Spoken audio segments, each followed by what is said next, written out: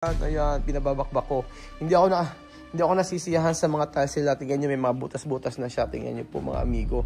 Kasi yung dati nating gumawa dyan, kita nyo, hindi inayos mabuti.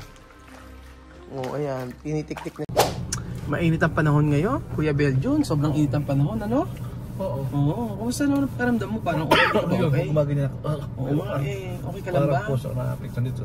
Okay ka lang? Okay ka lang ba? Okay naman, labot mo na ka ng kulana dito, masakit. May kulani ka. Sir, may infection ako. Kaya mo, gumagwapo ka naman eh.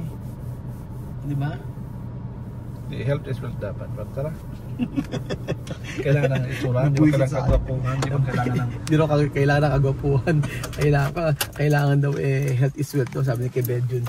So magandang araw po sa inyo lahat mga amigo. Nandito po si Kuya Raul, ang pasmadong vlogger ko no, ng Nueva Ecija. At for today's video, meron akong ikukwento sa inyo. Nandito tayo sa Mikasa, Pilipina. Yan po. So, nakasarado? Hindi iniwan. Yan. Nandito tayo sa Casa Pilipina at inayos. Hindi ba inayos? Inaano na. Oo, ayan. So, kinakamusta ko lang yung mga halaman ko dito. Charan. Oo. Hindi ka Kuya Jun, ikaw mag-aano sa akin. Oo. Kinakamusta ko lang yung mga halaman natin dito. At syempre. So, ayan po mga amigo. Meron po ako sa inyong papakita na dapat nyong makita. So, ngayon po, kasi ganito, meron pong pagbabago po sa resort natin at aayusin po siya. Opo.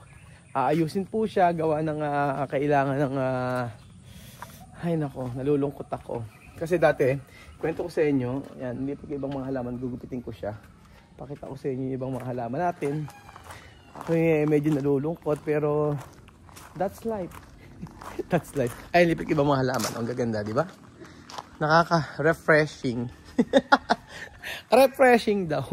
Opo, kasi ang nangyari mga amigo ay nating contractor, yung mga ginamit na tiles, ang mga ginamit na tiles sa swimming pool ay hindi okay, medyo mahinang quality. So ako nasasad kasi may mga umangat na siya, so may mga nabungi-bungi na siya. So syempre ngayon ay medyo mahina naman yung natin, yung medyo walang walang booking kasi may tag-ulan ngayon. So meron akong isang buwan na hindi ako nagpa-book para ayusin, para at least mai-renovate, di ba? Saglit lang, wala pang isang taon. Okay naman kasi pagka nag-summer yan, tsaka pagka nag-start ng mga August, kanya September, magiging okay na. Kaya po papaayos natin. So papakita ko po sa inyo yung aayusin mga amigo. So unti-unti na po yan ang binabagbag. Ayan, tingnan nyo. Okay naman dito eh. Ayan. So yung mga halaman kong mga fresh na fresh. Tuwan-tuwa sila pag may ulan eh. Ayan. Mga halaman natin. So ito na po mga amigo ang aking ikinalulungkot sa lahat. Ayan na siya.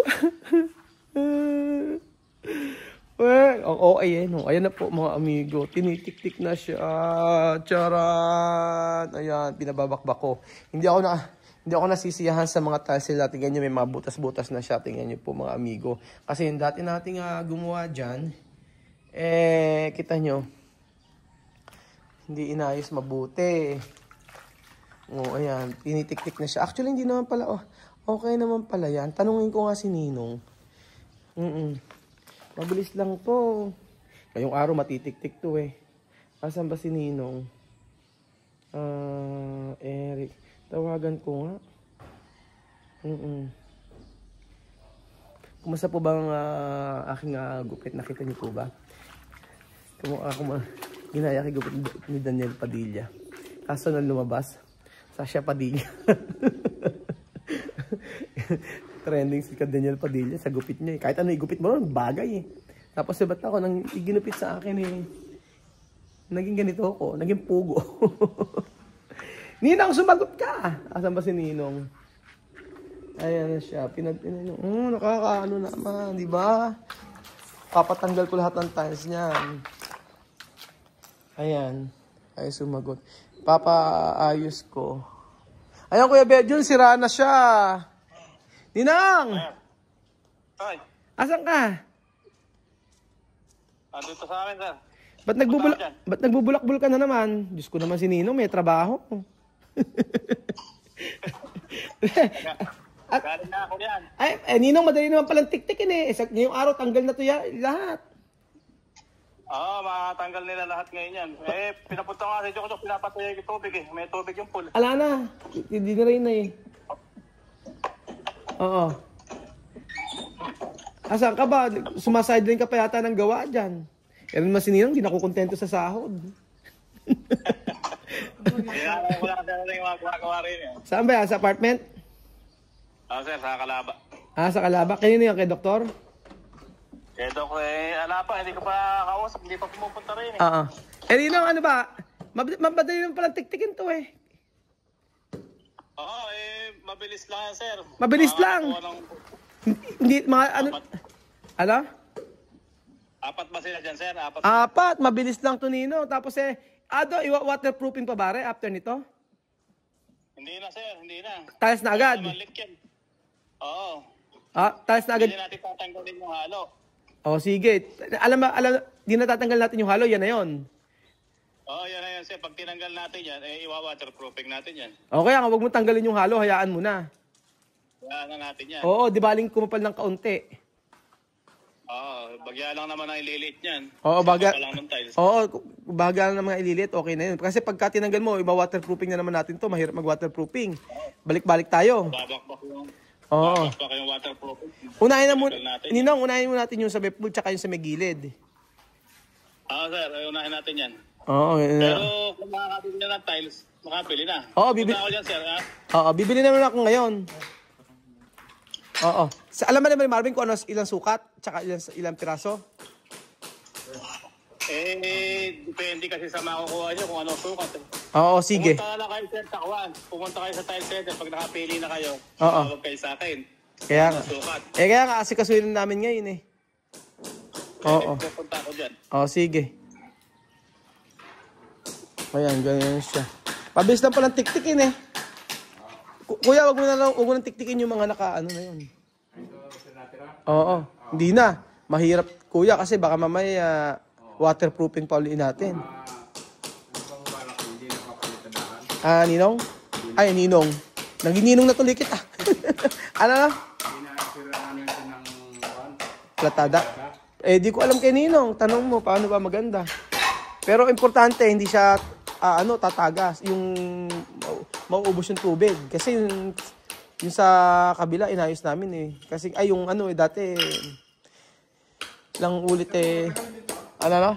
Oo. Ito muna unahin nyo, tapos pagkayari-ere. Papalitan ko lahat yan, yung mas maayos na. Ano? Oo nga, ito nga ang gusto ko sana eh. Lagyan natin dito kasi ng kanal, di ba? Kahit na tubong parang tatakbo ng tubig. Oo, yung tubo lang natatakbo ng tubig. Kasi magtatanggal naman kayo dito, di ba? Oo. Importante lang may babagsakan yung tubig. Kasi, dito natin inaano yung tubig eh. Oo. Bilis lang eh, oh. Weng, sasama ka ba? Ano ka? Ikaw, tumulong ka naman din eh, Weng. Para makasipid tayo ng labor. Hihingalin si Weng. Yan ang kailangan ayusin eh. 4. Ilan ba kayo gumagawa, kuya? 3? 3. Sabi 4 daw. 3 lang. Di 4 nga. Oo. Sabi daw 4 eh. Ganyan. Hindi maganda yung tiles na ginabit eh, no? Mumurahin eh. Ano kaya? Wala akong laman. Walang laman. Tingnan mo nga, oh. Hindi man lang inayos. Sino ba magka-tiles sa inyo? Lahat kayo? Oo, para mabilis. Yan, tanggal na yun sa kabila eh. Ayun, matatanggal na yan, oh.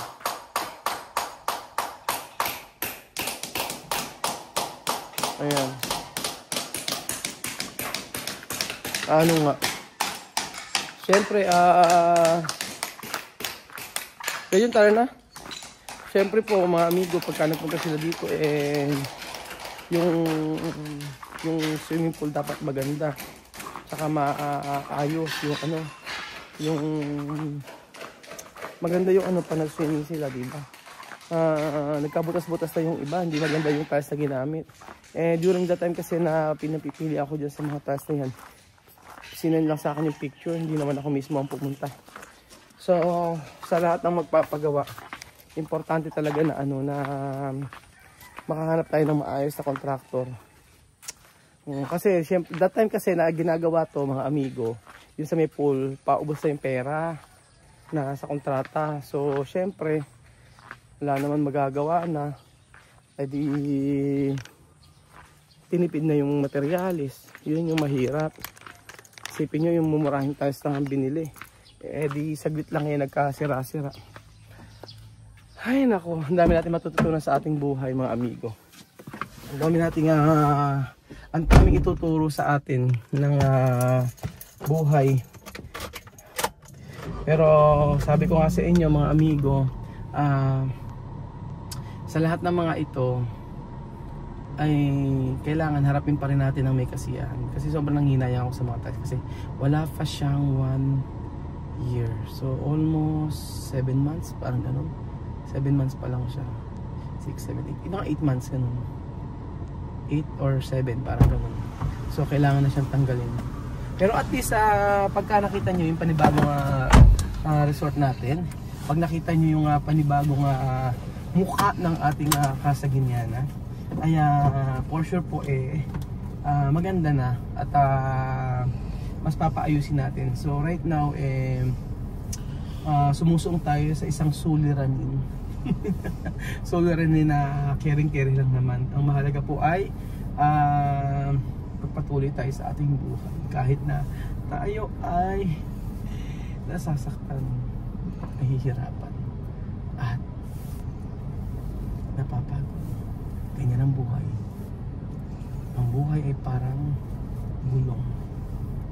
Minsan ay flat, minsan ay sumasabog, hindi umiikot. So ayun pa mga amigo, abangan nyo po ang construction sa bagong Casa Guiniana. Thank you so much po mga amigo at God bless po. Good vibes lang tayo mga friends. Adios. Bye.